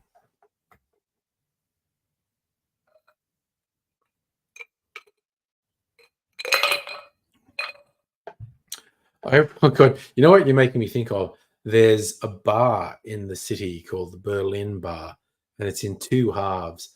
It's meant to be the 80s vibe. One half is West Berlin and one half is East Berlin. The West Berlin side is all 80s disco and 80s music and lights and whatnot. And the East Berlin side is all like communist propaganda posters and whatnot. I thought it was a fun place, and I was having a couple of drinks there one time, and I posted a pic on social media. There was a big picture of Stalin behind me, and I'm just like holding up my cocktail going, having a drink with Comrade Stalin, just having a bit of fun. But I have had like a Russian friend on social media, and she just replied, I'm not really on boards with jokes about Stalin after the millions of deaths he caused. And I was like, that's right. I was just being frivolous about Stalin, who was a fucking monster. I would not make the same jokes about Hitler. Like I wouldn't go to a bar that had pictures of Hitler on the wall And I felt quite bad because, this is someone whose parents and grandparents lived through horrible deprivation caused by Stalin. And I'm just making a fucking joke about it. I feel quite bad about it. So, Hannah, Nothing to Envy, River in Darkness, Escape from Camp 14 are all good books. Oh, okay. Oof. Yeah, no, everything I've read about life in North Korea is horrifying. Like, it's a fucking that gnat. Honestly, it's my nemesis at the moment. Ugh, it's all too much. Not a happy camper, honestly. Actually, I just finished some books. I need to just. I tend to listen to audiobooks rather than read books. I need a new one. Oh, I definitely was not glorifying Stalin, but I was being frivolous. I was being frivolous because there was a propaganda thing of Stalin behind me, and I was going, having a drink with Comrade Stalin. And my Russian friend was like, not funny. And I went, yeah, you're right. That's actually at best grossly insensitive, at worst being a complete brick. I certainly wasn't glorifying him, but I was acting as if it's something you can just make little jokes about, when the reality was horror and death for millions of people. Sorry, it just remind me, I saw another thing on social media today. Tankies are fucking weird. And if you've never heard about tankies, if you've never heard the term tankies, it's a derogatory reference to people who revere the old communist regimes, and they're called tankies because they literally excuse the tanks rolling into neighboring countries that the Soviets took over because glorious communist revolution. And it's just like, what the fuck? You're literally defending the Soviet invasion of all these other countries. What the fuck is wrong with you? And they're still around. It's really weird. Apologists for Stalin. It's really fucking gonna bully Stalin like kids in the playground because he's stupid Lorax mustache. Well, I've made this joke before. Stalin's awful, and you don't want your surname to be Stalin because people are going to look at you. Change your fucking name. Why is your name Stalin? And he did have a big silly mustache, but that mustache is not really out of style, and neither is his hairstyle. Hitler's obviously worse. Stalin's that bad, you don't want to be called Stalin. But Joseph's a fine name, and you can have a mustache like him, that's fine. You can have a hairstyle like him, that's fine. But Hitler, you definitely don't want the surname Hitler. You really don't want to be called Adolf. You don't want to have the little toothbrush mustache of Hitler, and you don't want to have the hairstyle with the fringe across. So Hitler was so bad, he ruled out a first name, a last name, facial hair, and a hairstyle. Stalin was so bad, he just ruled out the name Stalin. But he didn't rule out first name, he didn't rule out the mustache, and he didn't rule out the hairstyle. So that, to me, is definitive proof of how much worse than Stalin Hitler was. So your tanky story, group of Aussie soldiers basically like fucking dare to steal their tank, and they did. There are certainly a lot of stories about disreputable Australian soldiers who don't respect authority. Ugh. Okay, I didn't know Man of Steel. I think he was talking Superman rather than Stalin. But George W. Bush loved John Howard because when world leaders around the world were saying like, hey, I think you might have lied about the justification for the illegal and you might be a war criminal, John Howard was, oh, no, George Bush, he's fantastic. I love George Bush. So when George Bush wanted an ego boost, he would talk to John Howard because John Howard would make him feel better. John Howard was a gross little sniveling, quizzling garbage. I dislike that guy so much.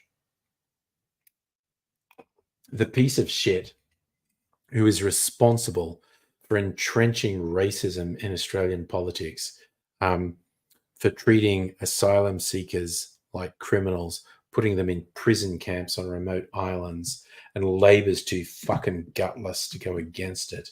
It's just like, he's a fucking monster. He's just the worst.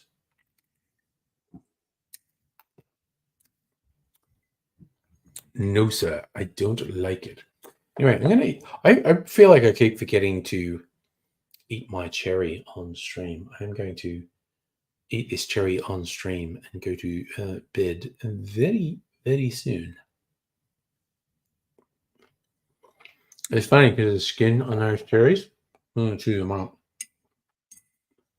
I had a bit of brush my teeth, or rinse my mouth out. End up spitting out a whole bunch of cherry skin, which I assume was stuck to my teeth prior to that.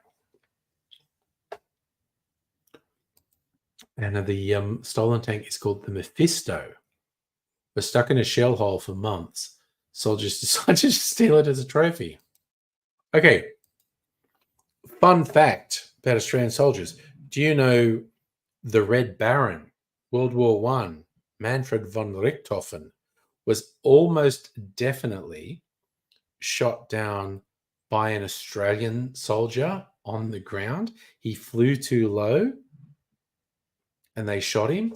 And the cross from his plane is actually on display in the Australian War Memorial, because when his plane crash landed, Australian soldiers, because it's just canvas on the frame of the plane, Australian soldiers cut it out and kept it. And it's now on display in the Australian War Memorial in Canberra. So, Hannah, you're saying the tank is in the Queensland Museum. Noise.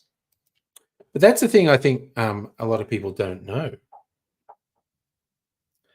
Oh, that's weird. Text to Mrs. Angry didn't send. Okay.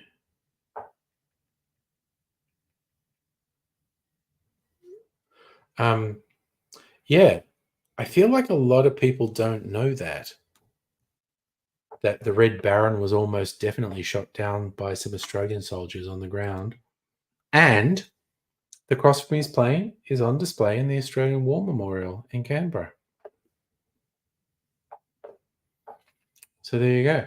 There is some conjecture, and there were a succession of definitely false stories over the years of another pilot having shot down the Red Baron.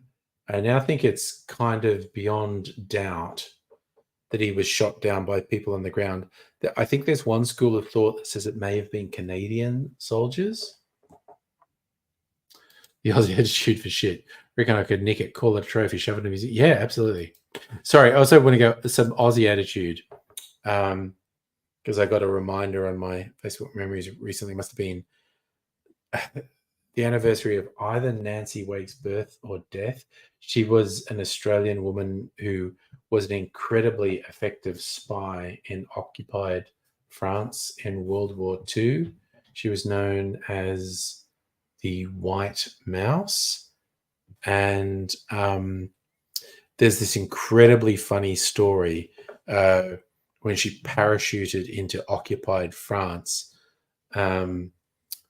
She actually got caught in a tree. Like, she's coming down, her parachute caught in a tree, and she's dangling from a tree branch waiting for a contact to get her. And it's like someone from the French underground rocks up because they knew she was going to parachute in this field, and she's hanging from a tree branch. And the French guy says something that he thinks is smooth along the lines of, "Oh, if only all the fruit was so beautiful this season." To which she replied, "Cut that French shit and just get me out of this fucking tree." Nancy Wake, Absolute legend. Oh, yeah, I love pointing that out to fuckheads who say, no, you can't change the flag. The Anzacs. I'm sorry. The Anzacs fought under the British flag, okay? Shut the fuck up. We weren't independent. Shut the fuck up. British had the class claim cultural significance. We just go with drunken night out. Yeah, no, we fucking nicked it, mate. Yeah, that's the whole thing. All right. Little bit gassy. All right. I am going to bed. I will, in all probability, be back on Thursday night. I was just having a chill night tonight because that's just how I felt. If you make any videos, probably will make some on Thursday night. I did enjoy tasting my new booze, though, Comparion. And I said I was going to leave this in for a week, and I put this in on Friday. This is whiskey. It's been sitting in peaches, so it's going to be a peach whiskey liqueur when I finish because this had syrup. So it will have diluted the whiskey. It won't be as strong. I bet it tastes really good. Anyway, I'm going to wait till Friday, and I'll try the peach whiskey liqueur. And Thursday, we'll see what happens on Thursday. I'll almost definitely be here on Thursday, and we'll take it from there. So you all take care. I'll see you